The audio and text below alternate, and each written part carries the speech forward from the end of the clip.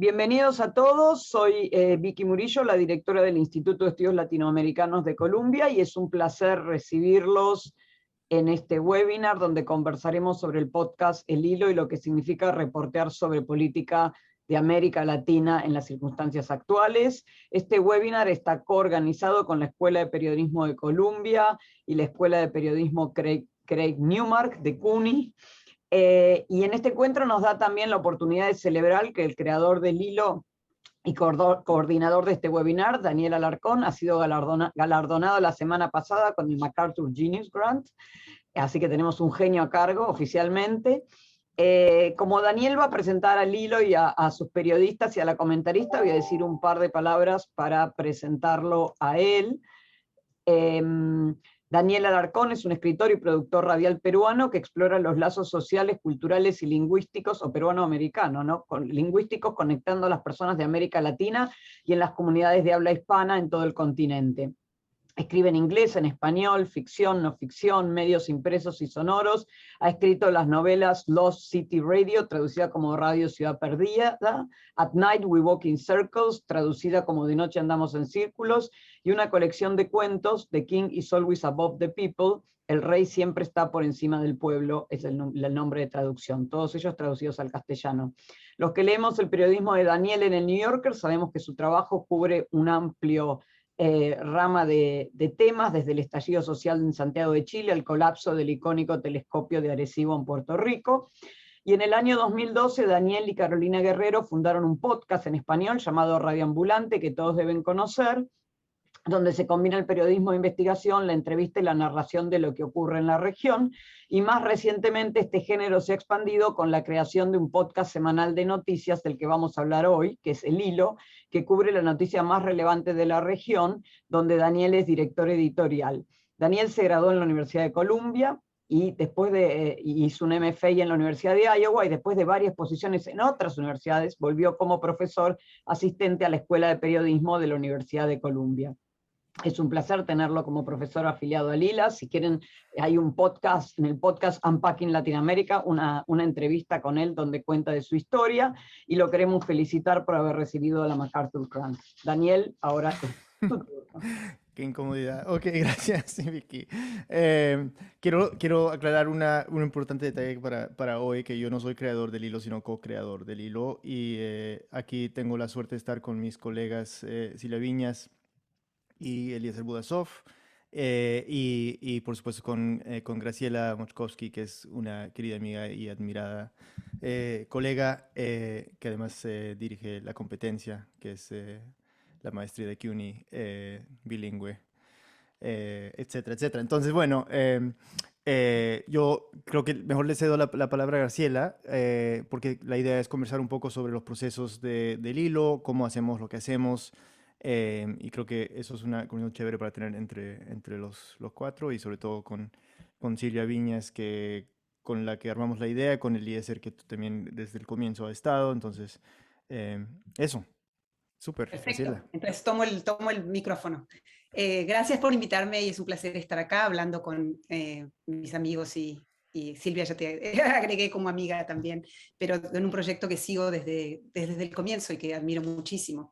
Me parece que para hablar, lo primero quería empezar preguntándote a vos, Daniel, y después Silvia y Eliezer si quieren agregar algo a eso, pero para empezar desde el comienzo, pensar, antes de hablar sobre el hilo, mi pregunta es, cómo el hilo encaja en el proyecto de Radio Ambulante. Radio Ambulante es un proyecto que surgió hace casi 10 años, que originalmente era un proyecto, un producto, un podcast en español cubriendo en profundidad historias de la región, que ha tenido un crecimiento espectacular desde que empezó hasta ahora. No ha dejado de crecer nunca.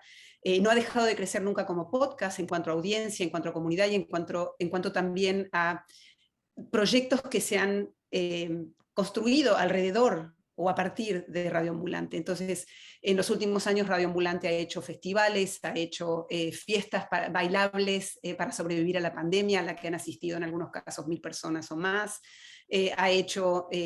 Tiene otro tipo de productos, existe Radio Ambulante Estudios, y también el hilo. Entonces, lo que quería preguntarte, si querías empezar por ahí, es cómo el hilo ¿Es el hilo un resultado natural de esa expansión? Sí. ¿Es el hilo algo que iba a ser otra cosa y terminó siendo lo que es ahora? Contanos cómo surgió esa idea y cómo encaja. Por supuesto. Gracias, Graciela. Bueno, Silvia también puede hablar mucho de esto porque Silvia, antes de ser productora ejecutiva del Hilo, fue editora en Reambulante y produjo grandes historias para nosotros. Ella sabe esta historia profundamente. Entonces, una cosa que caracteriza a Reambulante y ahora Reambulante Studios es que tenemos una comunicación constante con la audiencia. Con nuestros oyentes. Entonces, hemos intentado siempre mantener ese diálogo y una y otra vez nos decían en encuestas, en conversaciones informales, en redes, que debíamos hacer otro show. Y cuando indagábamos un poco más, la gente lo que le quería era esa mirada de Reambulante hacia las noticias, ¿no? O sea, ¿qué está pasando en América Latina?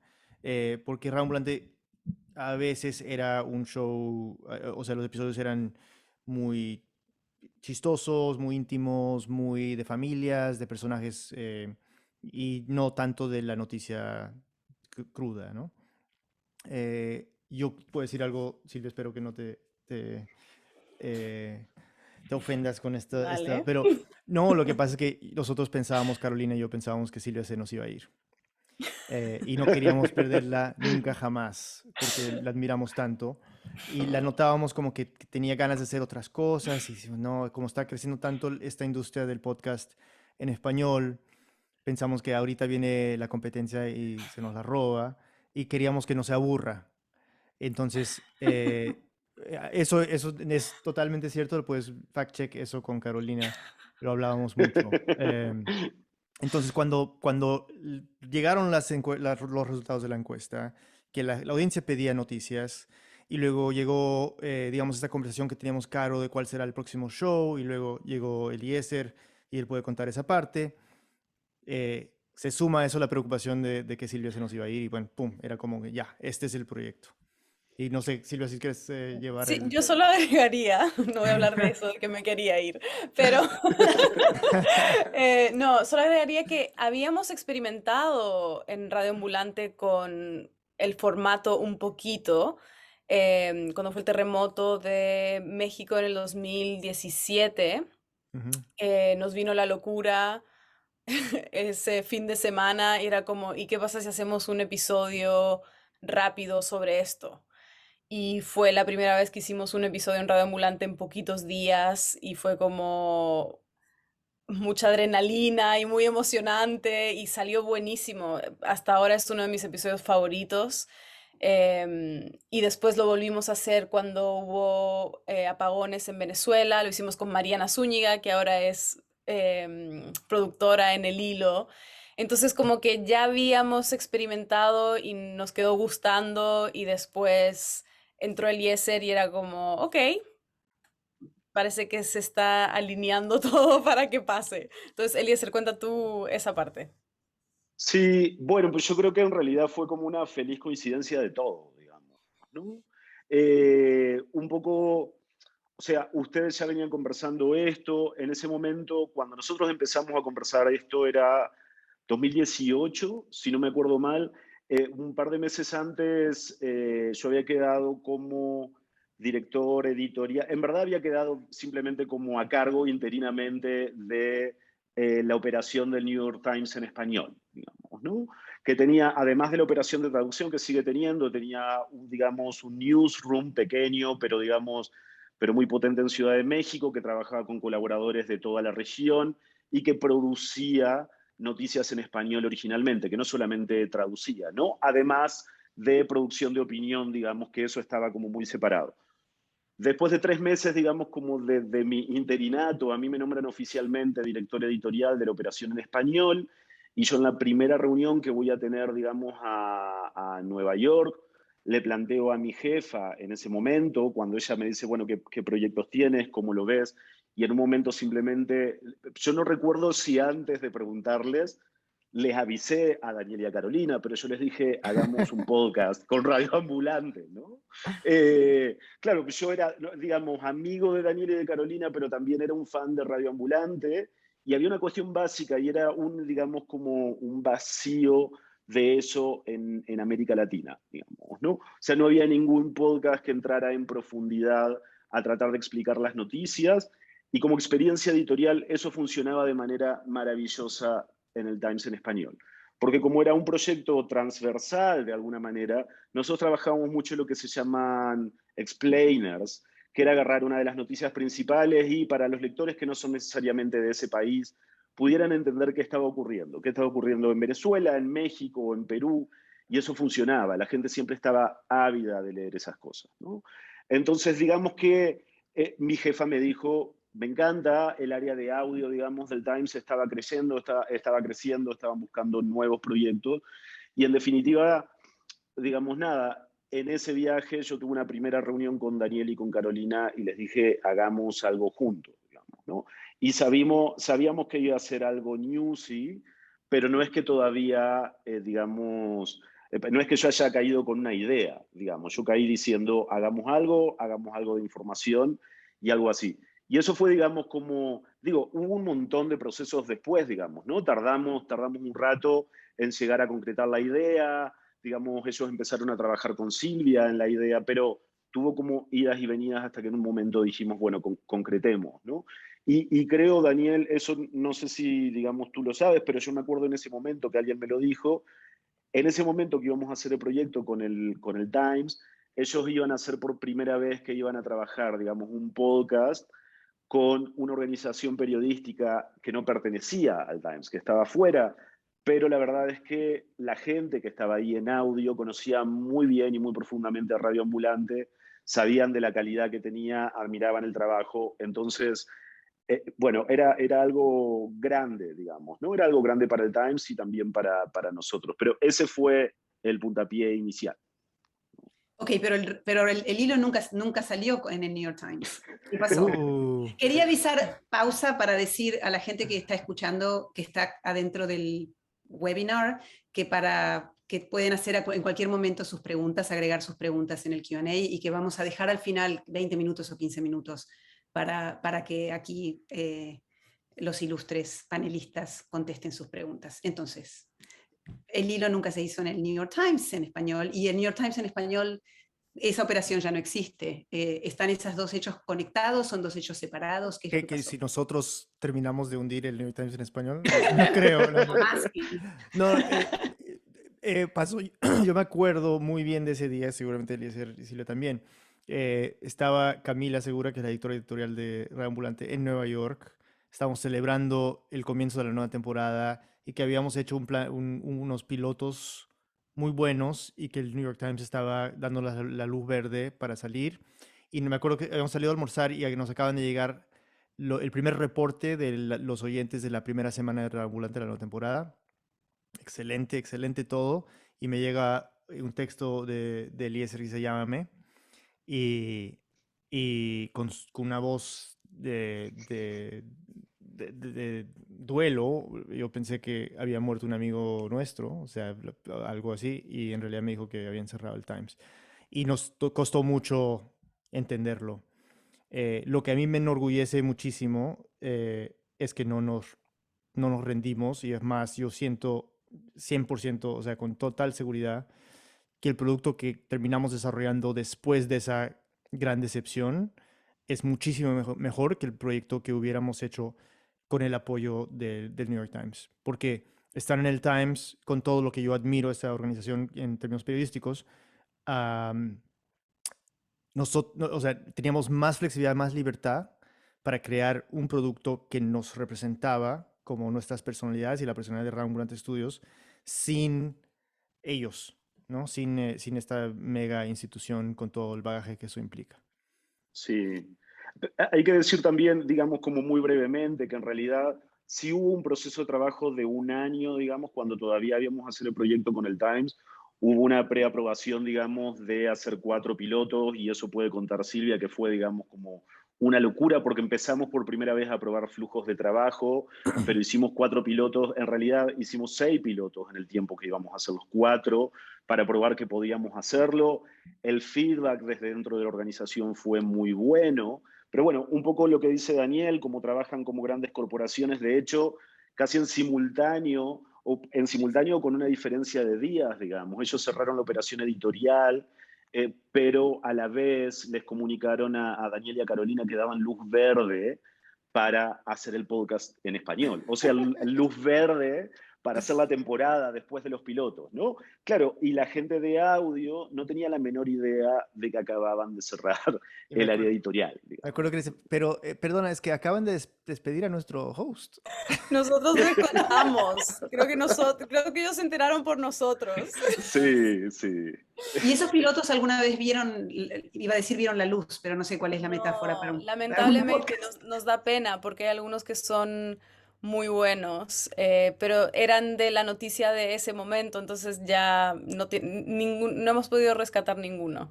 Pero sí, da un poquito de pena porque fue mucho Simplemente trabajo. cerrar el... Ah, perdona, te No, interrumpí. no, no, dale, dale. Simplemente para cerrar esta parte narrativa como institucional, el hilo surgió por sí mismo, hasta que hace poco, recientemente, en los últimos 2 meses, en el verano, hicieron un acuerdo de distribución con Vice, que es más que un acuerdo de distribución, ¿verdad? De una sociedad con ellos. ¿Nos pueden contar en qué consiste esa sociedad y qué beneficio ha traído para el hilo? Silvia. ¿Ya?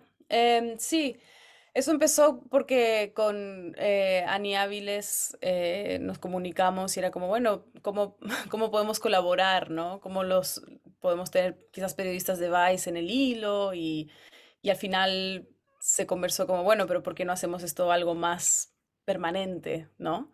Ellos querían un podcast en español como el hilo y ya lo estábamos haciendo nosotros, entonces era como, ¿para qué reinventar la rueda? Y nosotros nos venía muy bien para la sostenibilidad del proyecto, pero también porque nos permitía agregar una productora al equipo. Y ahora tenemos acceso a los periodistas que escriben para Vice, y hemos podido hacer historias muy buenas, muy ricas en audio con ellos desde que nos unimos y esperamos poder hacer más. Entonces, para nosotros es una manera de llegar a nuevos oyentes, a la audiencia que ellos ya tienen en español y también en inglés. Unirnos a un equipo de audio que también está creciendo y están haciendo cosas muy buenas, muy emocionantes. Entonces, sí, no sé qué más. Yo Y añadiría la que, pregunta, yo Daniel, sí. añadiría una cosa que no para nada para hablar mal del Times, ¿no? Pero la relación Mm, con Vice, o sea, al llegar a Vice con un producto ya hecho, ellos se suman a nuestro barco y vamos a remar juntos. Pero digamos que ya hemos creado la entidad y ellos no nos están imponiendo nada editorial, nada en estético, más que añadir su logo al title del podcast. O sea, cosas muy pequeñas. Pero ha sido bastante, como se dice en inglés, seamless la colaboración hasta ahora. Buenísimo. sí. Me parecía importante empezar también por acá porque como alguien que ha trabajado, ha hecho buena parte de su carrera en América Latina y entiendo que tenemos varias personas en la audiencia que son latinoamericanos y quizás haya periodistas de distintos países de la región ahí. Uno de los desafíos de hacer buen periodismo sobre la región o sobre nuestros países en América Latina siempre son temas de libertad editorial y de recursos. Entonces, la idea de que el hilo es un podcast regional que tiene,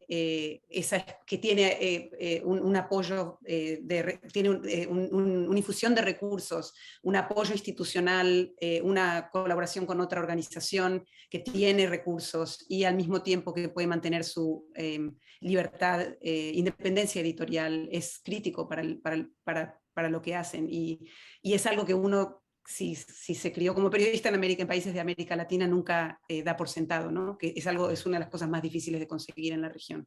Pero entonces, hablando de la región, algo que quería preguntarle, si al que me contesté quien quiere, la había pensado para Eliezer esta pregunta, pero en realidad puede ser también para Silvia o para Daniel.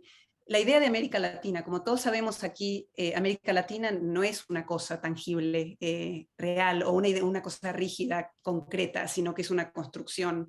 Y en general uno no es latinoamericano cuando vive en su país, uno pasa a ser latinoamericano cuando se va de su país, o por lo menos esa ha sido mi experiencia. Yo era argentina antes, después fui latinoamericana y ahora soy latina, porque ya llevo suficientes años aquí. Entonces, pensaba un poco cuál es la narrativa. ¿Qué es Latinoamérica para el hilo? ¿Cuáles son los límites geográficos? ¿Es la gente, no sé, una comunidad dominicana? Hay una comunidad dominicana grande en Italia, por ejemplo, afrodominicana. ¿Eso sería una historia que contaría el hilo? ¿Una historia de, no sé, una comunidad ecuatoriana en China? ¿O está limitado a lo que ocurre dentro de la región geográficamente? ¿Es el Caribe parte de América Latina para el hilo? ¿Y son los latinos de Estados Unidos parte de América Latina para el hilo? Sí, yo no es para escabullirme, pero voy a proponer que la responda Silvia, digamos, pero por una cuestión, por una cuestión en particular, y es que, digamos, Silvia no solamente es la productora ejecutiva, sino que su rol también es muy importante cada vez que nos juntamos a discutir qué temas vamos a trabajar el próximo episodio. Ella todo el tiempo nos está retomando, es muy complicado justamente porque ¿qué es América Latina, digamos, ¿no? Y entonces ella siempre, digamos, trata de hacernos devolver a una serie de preguntas que un poco permiten responder eso casi intuitivamente, pero discutirlo semana a semana, y una tiene que ver qué podemos decir nosotros, en qué podemos profundizar, qué podemos aportar a un oyente que no sea algo que ya está en los medios, en la información que está dando vuelta, y cuál es nuestra audiencia, a quién le hablamos, digamos, ¿no? Sí. Sí, o sea, nos hacemos esa pregunta bastante frecuentemente. O sea, con todo esto de Afganistán, decíamos, bueno, hacemos un episodio sobre eso en español, porque estaría bueno tener un episodio en español y conocemos periodistas que hablan español y que podrían contarnos qué estaba pasando, pero volvimos a esto de estamos hablando de la historia más importante de la semana o de las más importantes de América Latina, que toque América Latina. Entonces decidimos, bueno, esperemos a ver qué pasa. Sabíamos que varios países están tomando refugiados. Entonces dijimos, bueno, esperemos y hagamos una historia, pero desde la perspectiva latinoamericana de esto, ¿no? Entonces, nos ha pasado ya con varias veces que como que nos viene la tentación de ampliar geográficamente y volvemos a Latinoamérica. Porque es lo que conocemos, es nuestra especialidad, ¿no? Es lo que sentimos que nosotros podemos agregar algo que no está en otro lado, ¿no? Entonces sí, siempre volvemos a eso. Entonces, geográficamente, claro, es Latinoamérica y obviamente Estados Unidos, para nosotros es un país latinoamericano. Sí. Yo añadiría que esa reunión del jueves, donde escogemos el tema de la próxima semana, es la que más me gusta, ¿no? Porque es pura posibilidad, es barajar ideas, es pensar, tratar de pensar desde la perspectiva del oyente, qué es lo que ellos, cuál es la pregunta que tienen o que van a tener en una semana sobre la semana que acaba de pasar. Y eso me parece súper interesante, ¿no? Y a veces hay 4 historias apremiantes de la región y a veces es como que, ¿qué pasó en América Latina esta semana? No está muy claro cuál es la historia urgente, o sea, historias locales, pero estamos hablando de la historia que llega al imaginario regional, ¿no? Y eso no es tan fácil, no es tan fácil. No, sí, sí, Eso es algo también importante que les iba a preguntar, que era, pasa lo contrario también a veces hay demasiadas cosas que, o sea, es una región en la que pasan cosas importantes y con consecuencias todo el Soy tiempo. peruano. La semana que pasó el terremoto en México fue la semana del huracán María en Puerto Rico. claro. Yo me acuerdo porque mis estudiantes, una parte eran fue un mismo día que todo el mundo empezó a llorar en la clase, la mitad no sabía si sus familias estaban vivas en Puerto Rico porque no se podían comunicar, y la otra mitad no sabía si sus novios y sus mamás y sus familias en México estaban vivos, y fue una semana súper dramática. Entonces, pensando en elegir cuál historia cubrir, muchas veces y entiendo que alguna vez han terminado haciendo dos, no siempre, porque imagino que terminan muertos, Una pero vez. que en algunos casos es difícil elegir. Sí. Sí, no, completamente. Es muy difícil y creo que ahí siempre volvemos a, bueno, como cuál podemos darle más tiempo para que se desarrolle. Y también esta pregunta que decía Alice, como qué podemos agregar, porque a veces pasan cosas muy inmediatas, breaking news, pero no vemos nada como que nosotros podemos agregar, que va a ser diferente a lo que ya está ahí afuera, lo que el oyente seguramente ya ha visto toda la semana. Entonces, ahí muchas veces decimos como, ok, esto quizás es grande, pero nos vamos a ir por esto porque en realidad sí tenemos las voces que podemos profundizar, que podemos traer algo diferente. Pero sí, a veces pasa, y yo siento que pasa mucho en Latinoamérica, como pasa una cosa grande y pasan tres al otro día. Y hay semanas, como dice Daniel, que pensamos como, bueno, ¿qué hacemos? ¿No? Sí, Sí. sí. A mí me parece, digamos, yo, de esa es una de las cosas de las que más siento orgullo, digamos, de todos nosotros como equipo, porque desde, digamos, llevamos ahora, estamos haciendo el episodio 79 y en realidad nunca le hemos errado por completo, digamos, al olfato periodístico, a pesar de que nosotros tomamos la decisión una semana y un día antes de que salga el episodio. Hemos tenido que cambiar en el curso, digamos. Creo que también hay algo muy importante y es que todos a la vez tenemos colegas que queremos y admiramos en cada uno de los países y muchas veces los llamamos para saber también qué perciben ellos desde el lugar, digamos, ¿no? Saber si es una historia que se va a hacer más grande, si es una historia que se va a caer. Pero bueno, muchas veces cambiamos. De hecho, esta semana, o sea, en vez de hacer la reunión editorial el jueves, la tuvimos que hacer el domingo por los papeles de Pandora. Ayer, digamos, no, antes de ayer, no, antes de ayer, cuando estábamos en la edición del episodio, en un momento yo les dije, oye, que acaban de operar a Alberto Fujimori y está todavía en terapia intensiva, digamos, está medio delicado, y ya habíamos cambiado, digamos, el episodio, ¿no? Entonces, estábamos rogando todos de que no sucediera nada grave para no tener que cambiar con urgencia, ¿no? Eh, Sí. la siguiente, entonces la pregunta como natural a eso en realidad es cuando ustedes eligen, creo que Daniel vos decías en una reunión hace poco que cuando estábamos hablando que si los episodios del hilo fueran capítulos en un libro sobre América Latina, creo que lo habías puesto de ese modo como buen escritor, pero si los episodios, si ustedes miran el 79, dijiste Eliezer, episodios, ¿ya llevan? 79, sí. Si Mañana. ustedes imaginan o ven estos 79 para atrás y se imaginan los próximos 79,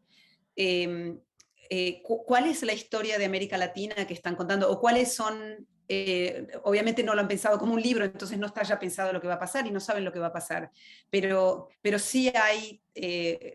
sí hay una decisión política, hay una decisión ética, hay una decisión editorial sobre, bueno, cuáles son las cosas que son importantes. Y eso, por supuesto, la agenda del New York Times de la región es completamente diferente de la agenda del hilo de la región. En los temas, normalmente la agenda norteamericana sobre la región siempre tiene que ver directamente con los intereses de la política exterior norteamericana y es muy difícil ver reflejado las voces, una visión que venga de la región hacia Estados Unidos. No existe casi eso en el periodismo norteamericano mainstream cubriendo al mundo.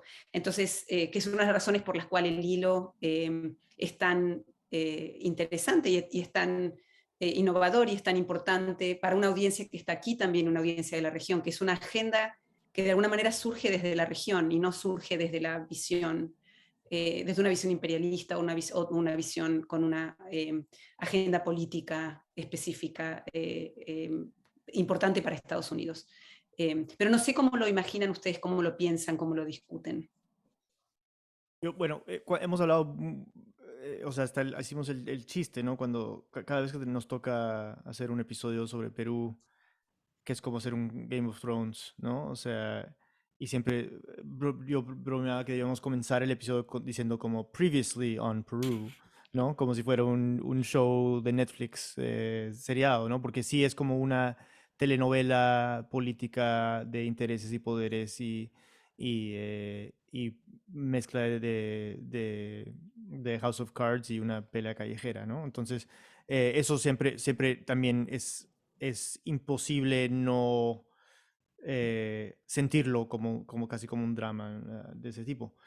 Em, pero no sé si lo pensamos tanto como lo que nosotros tenemos son cosas que a nosotros nos parece importantes, ¿no? Entonces, y esto creo que lo discutimos constantemente y es algo que estamos revisando, pero temas de medio ambiente, temas de género, temas de exclusión, son para nosotros súper importantes, ¿no? Em, cubrimos elecciones, no hay manera de no cubrirlas.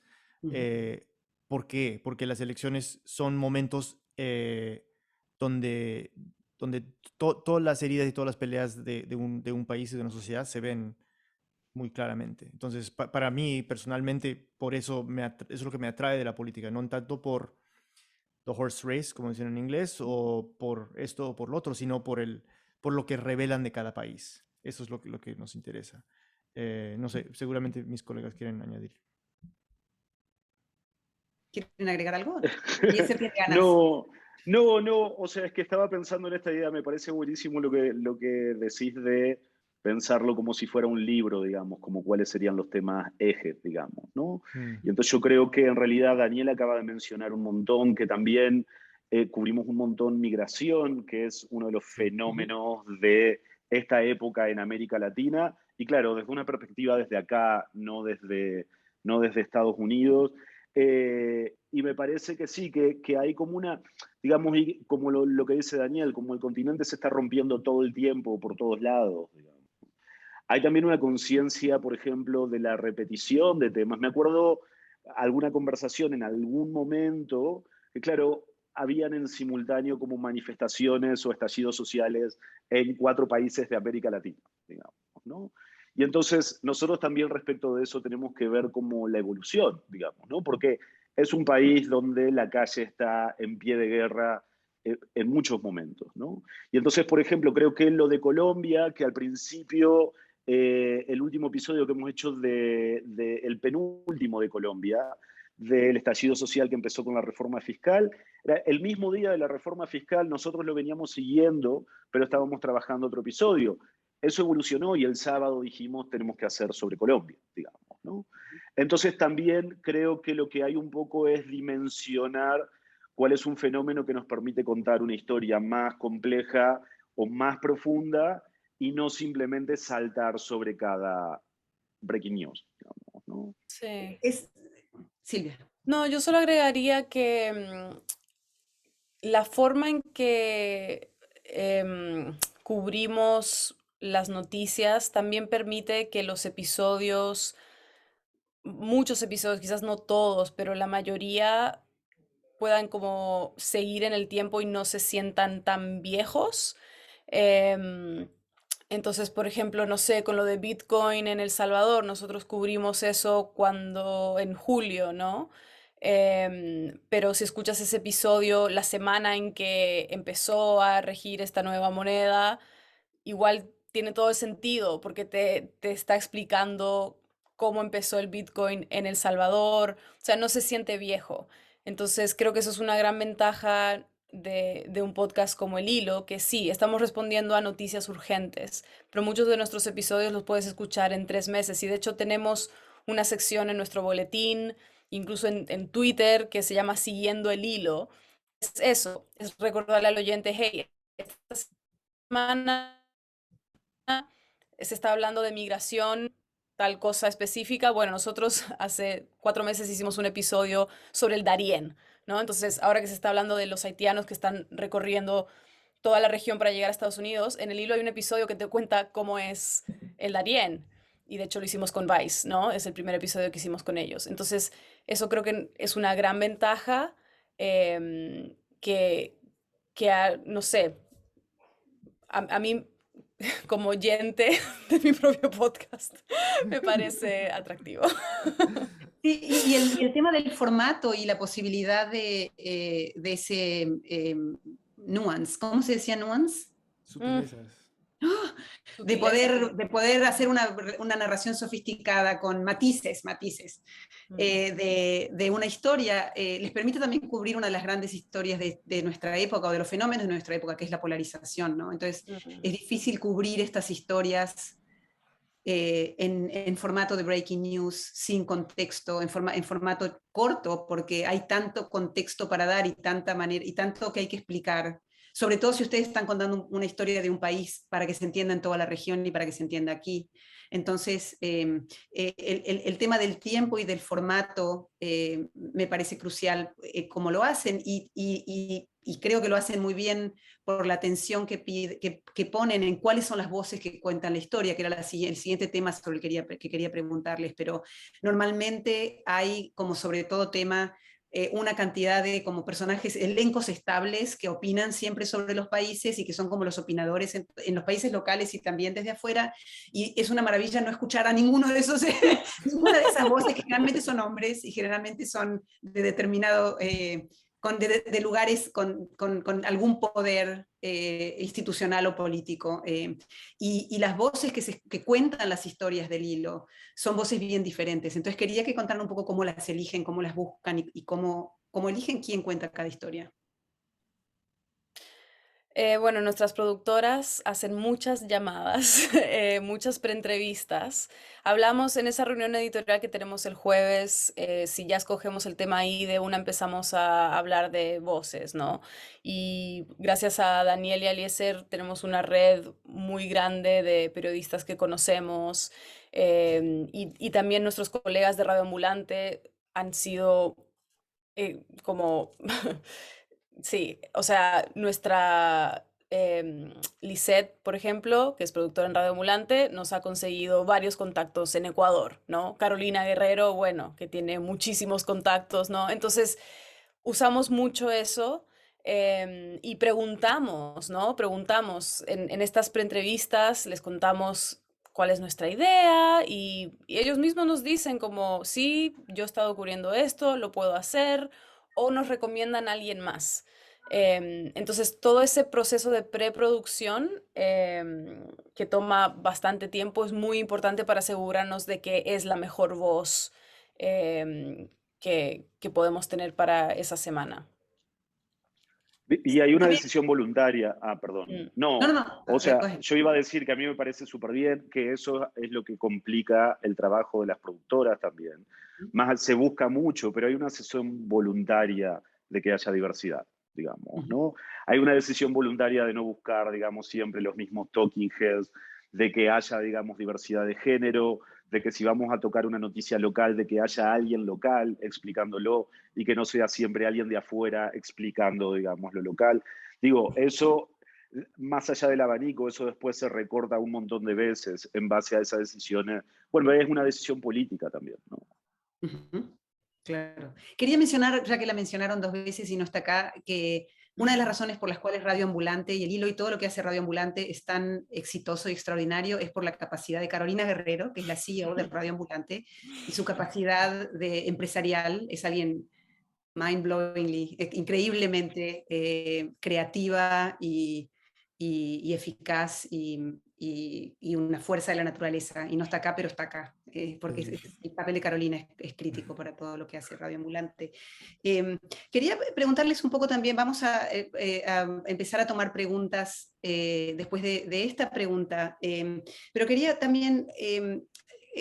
porque creo que es interesante para quienes están escuchando, que cuenten un poco el contexto del podcasting en español, porque cuando Radio Ambulante surgió casi no había podcast en la región. Yo recuerdo, yo estaba en Argentina en esa época y es la primera vez que yo escuché sobre un podcast en español. Por supuesto, América Latina tiene una tradición de radio impresionante, muy fuerte y muy viva, y no está yéndose a ningún lado. Hay un mundo muy vibrante de radio y gente extraordinaria haciendo radio desde muchísimo tiempo atrás, pero el podcast es un animal nuevo y una cosa en sí misma, y tiene otro proceso, otra manera de distribución, probablemente otros oyentes, y entonces un poco cuál es el contexto del podcast noticioso en la región, y si el hilo... Yo entiendo que el hilo es un modelo a seguir en eso, entonces un poco cómo ven ustedes eso en la industria. Bueno, yo recuerdo una conversación que tuve con un periodista de investigación en Perú, mayor, de otra generación, y me preguntó, oye, Daniel, ¿y cómo va ese postcard? Eh, entonces, así, ese nivel, y es un colega súper que admiro muchísimo, y lo menciono solo porque sí, o sea, y como bien lo sabemos, ha habido una época en la que tú hacías podcast y nadie sabía de qué estabas hablando, ¿no? Tengo mucha familia mía que nunca ha escuchado un episodio de Rambulante, ni menos el hilo, porque simplemente no saben cómo hacerlo. Em, eh, Cuando comenzamos Radio Ambulante no había muchos otros podcasts en español. Había podcasts para aprender español, pero no muchos en español para latinoamericanos y latinos, hecho por nosotros y nuestra comunidad, no para el consumo de alguien que está aprendiendo el idioma. Eh, Ahora ha cambiado el panorama, yo diría que bastante. Spotify está pisando fuerte, tratando de crear podcasts en cada país de noticiosos, eh, periódicos, o sea, digamos, como decimos en inglés, Legacy Media, también está creando podcasts noticiosos para cada mercado, em, a veces buenos, a veces no tan buenos. Tenemos competencia, digamos, directa quizás con el Washington Post, que tiene su podcast noticioso de 2 o 3 veces a la semana. Creo que todo eso nutre un ecosistema de consumo de podcasts en español que me parece bastante valioso y nos sirve porque a la gente le gusta el podcast y dice, ¿qué más puedo escuchar? Ah, bueno, si te gustó esto, quizás te gusta el hilo o Radioambulante, ¿no? Entonces, nosotros también nos sirve como tener estos dos programas, porque yo sé que tenemos oyentes del hilo que no saben que existe Radioambulante y viceversa. Entonces, siempre estamos tratando de, de- de que una audiencia nutra a la otra. Y eso es parte del proceso. Perfecto. Tenemos una pregunta acá de Gonzalo López. Gracias, Gonzalo, por poner tu pregunta. Que pide un ejemplo de alguna noticia que haya cubierto el hilo, sobre la que haya trabajado el hilo, que agregara algo que fuera diferente de otras noticias, de que otros medios no lo cubrieron adecuadamente y que entonces el modo de cobertura, el modo en que el hilo lo cubrió, eh, eh, es diferente de la cobertura que normalmente imagino que se refiere a historias mal cubiertas en la región, que Nilo tuvo la posibilidad de cubrir bien. No, yo lo Sin que iba a mencionar decir es quién que no. cubrió mal. No, es que no, lo que yo iba a decir es que nosotros no partimos desde que otros medios lo están cubriendo mal, digamos, ¿no? Claro. Nosotros partimos de que algunos medios simplemente informan, digamos, por ejemplo, y están informando en el momento, otros medios buscan otro tipo de información, pero nosotros creemos que no es suficiente para lo que nosotros queremos darle a un oyente, y es que pueda escuchar media hora de audio y entender la complejidad de esta noticia con todos sus matices, ¿no? Entonces te voy a contar una que en realidad nos llevó mucho tiempo producir, porque estuvimos semana tras semana diciendo tenemos que hacer algo de esto, pero todavía no tenemos un enfoque claro que aportar, que fue cuando empezaron las manifestaciones de Black Lives Matter en Estados Unidos. Nosotros queríamos hacer algo sobre eso. Y digamos, y episodio tras episodio, semana tras semana, sentíamos que necesitábamos hacer y sentíamos que no podíamos dar nada nuevo de lo que ya se estaba cubriendo, digamos, ¿no?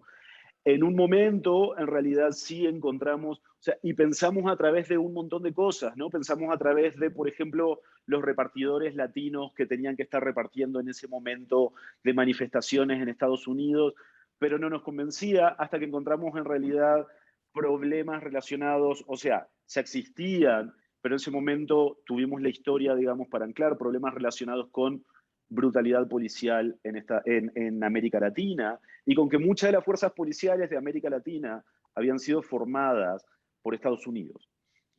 Las especializaciones habían sido hechas, digamos.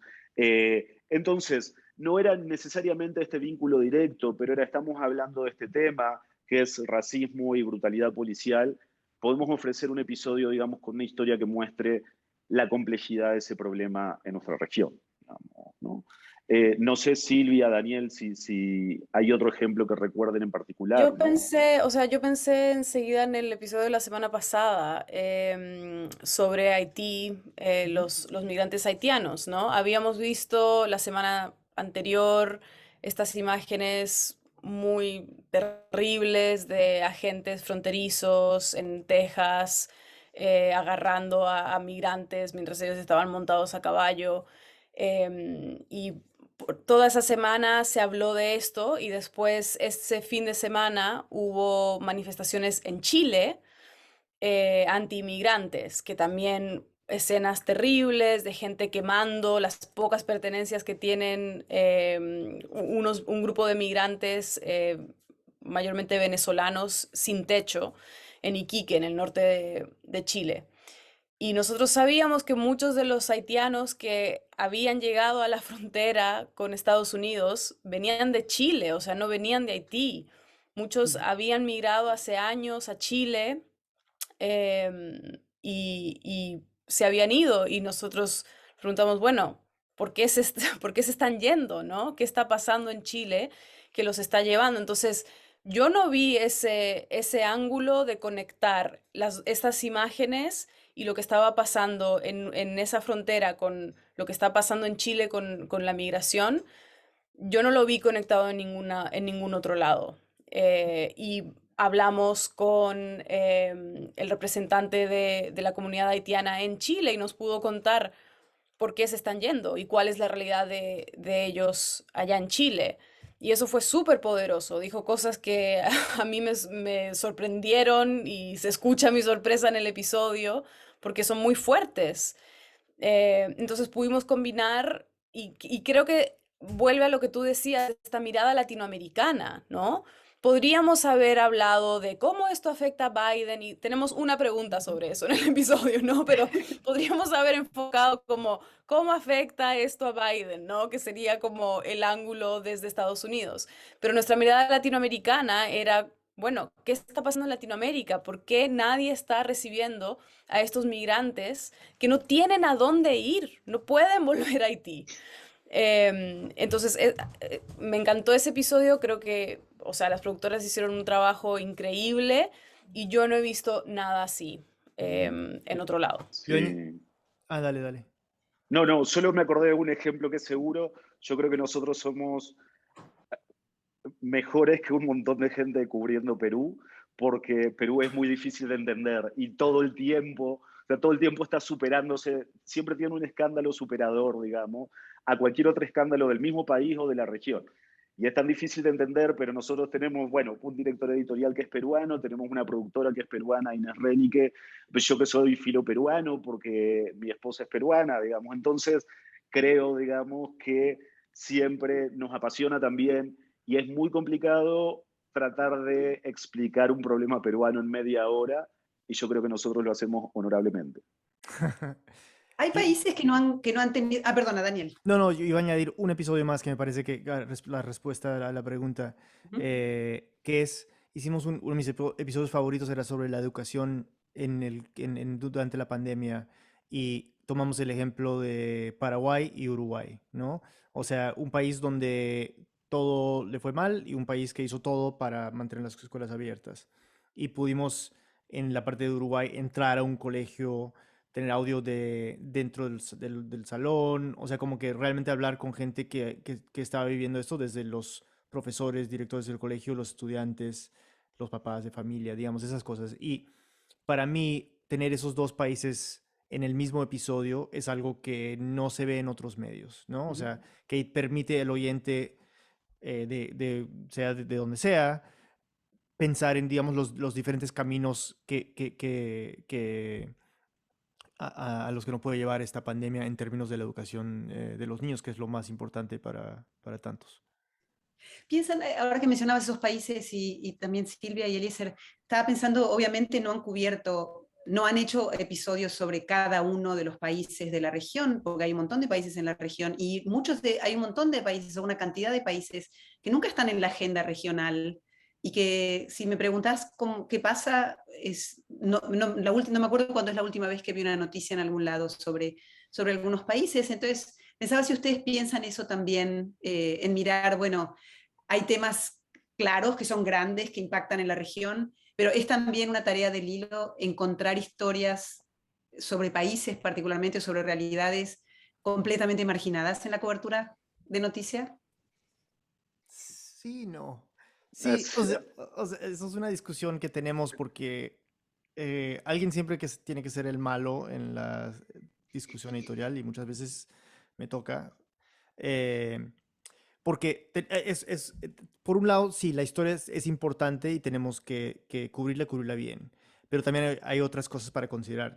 Somos los indicados para cubrirla, tenemos acceso, tenemos contactos en la zona que puedan ayudarnos a explicar lo que está sucediendo para otra audiencia.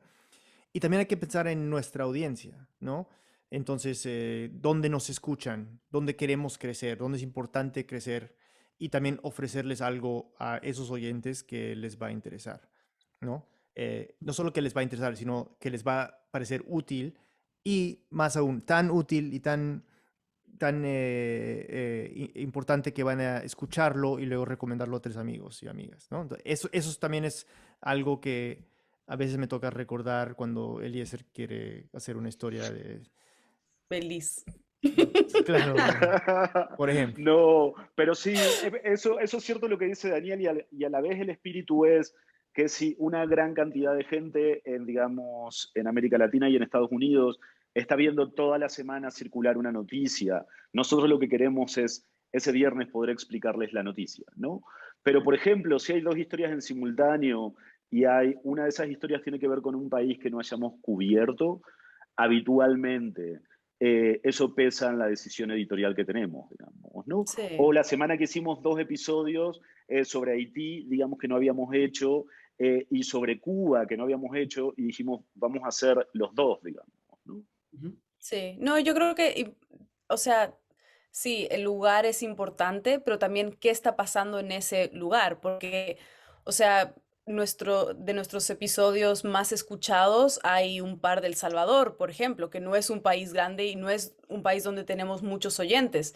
Hay un episodio de Uruguay ahí, que también es un país chiquito y tampoco tenemos muchos oyentes de ahí, pero los temas de esos países eran muy interesantes para el resto de Latinoamérica en ese momento. Entonces, cuando hay esa oportunidad de cubrir un país quizás no tan grande, que no tiene tanta cobertura normalmente, agarramos eso como, ok, es el momento de cubrir esta historia en Uruguay o en El Salvador, o sí. Acá hay una gran pregunta de Manuel Contreras. ¿Por qué lloramos con el hilo? ¿Por la narrativa del audio en que ya son unos artistas o porque Latinoamérica es un drama interminable? Creo que por la dulce voz de Eliezer, obviamente. No, yo sí creo que tenemos que informar y conmover, ¿no? O sea, y que uno aprende más de una situación y de una noticia cuando se siente identificado con los protagonistas. eh, entonces, no es nuestra meta que el oyente está ahí en llanto, para nada, pero nuestro tagline es no solo la noticia, la historia. Y una historia, la noticia son hechos y la historia es una narrativa que te envuelve. Y nosotros queremos que sea algo de ese nivel de seducción narrativa. O sea, eso es importante para nosotros.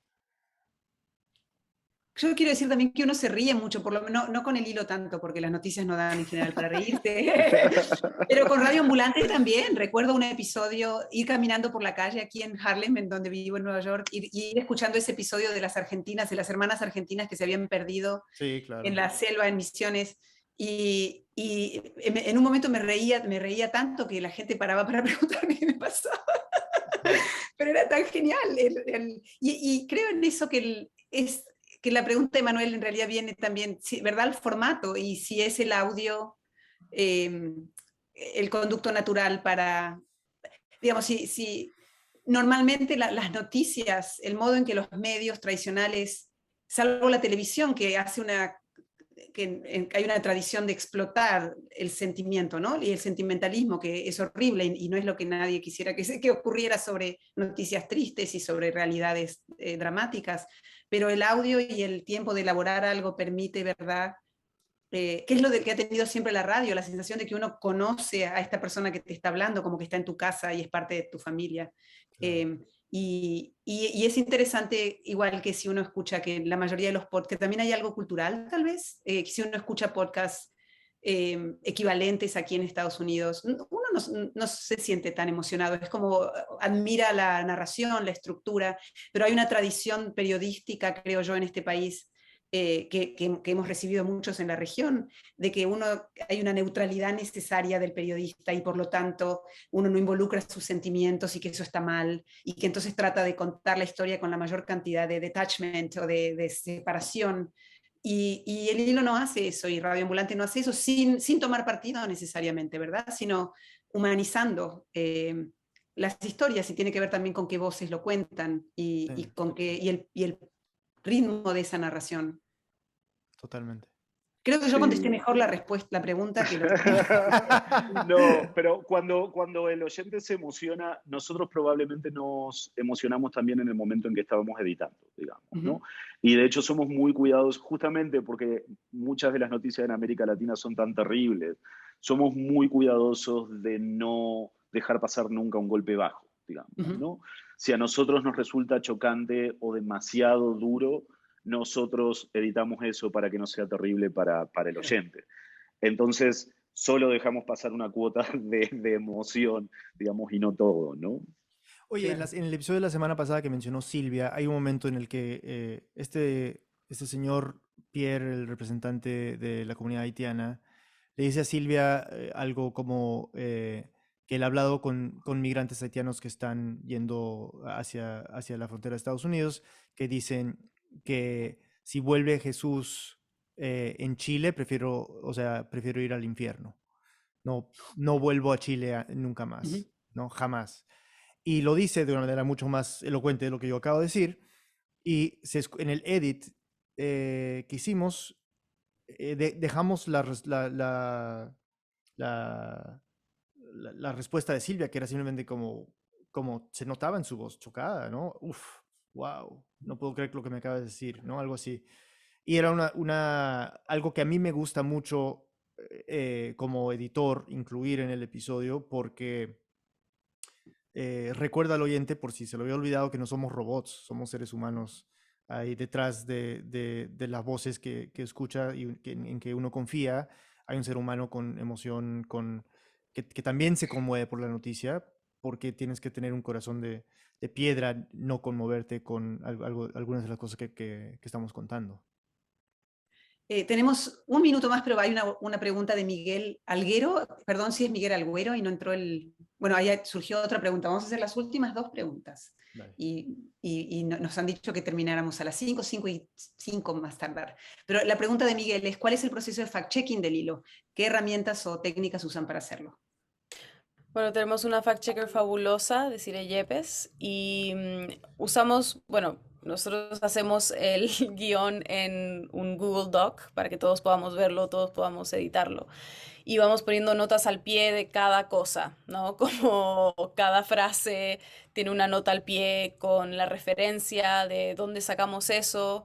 Y todo es verificado por ella. Entonces terminamos de editar los martes como más o menos al mediodía de ese lado del mundo y Desiree tiene la tarde para verificar lo que con las productoras no alcanzamos a verificar porque lo hacemos todo muy rápido antes de que nos grabemos. Pero usamos las técnicas de fact-checking, de llamar a las fuentes, de corroborar con otras fuentes, ¿no? Las personas que hemos entrevistado saben que nuestra fact-checker probablemente los va a contactar para preguntarles, ¿no? Como de dónde sacaron esta cifra, porque nosotros no la encontramos, ¿no? O sea, no es solo fact-checking de lo que nosotros decimos, sino de lo que nos contaron, para asegurarnos de que todo está verificado. Perfecto. Y la última de Jacqueline Tobar. ¿Cómo surge la idea de apostar meramente al audio, al sonido y que la noticia y la historia sea entendida desde ahí? ¿Y cómo reaccionan ante el éxito que han tenido haciéndolo de esta manera. Yo lo que quiero decir es que esta gente está muy acostumbrada al éxito y así que el éxito no los asusta. No es su primer éxito. por si se sienten modestos para contestar esa segunda parte. O sea, para nosotros apostar por el audio era parte del chiste, ¿no? O sea, a mí me aburro un poco viendo, yo solo escucho noticias, casi no veo noticias.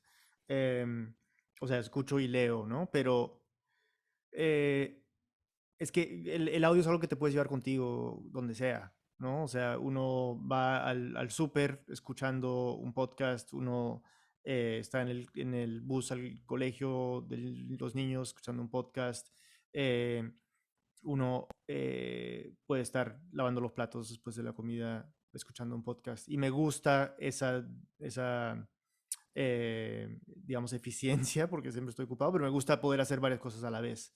Mientras que ver la noticia es mucho más como que estático, o sea, te quita todo el tiempo, ¿no? Entonces, y sentimos que hay mucha gente como nosotros y por lo tanto que tener las noticias en estos segmentos de media hora portátiles es algo que va a tener cabida con una audiencia, ojalá una audiencia muy grande, y por eso le ponemos todo el esfuerzo del mundo para que salga súper bien a tiempo cada semana.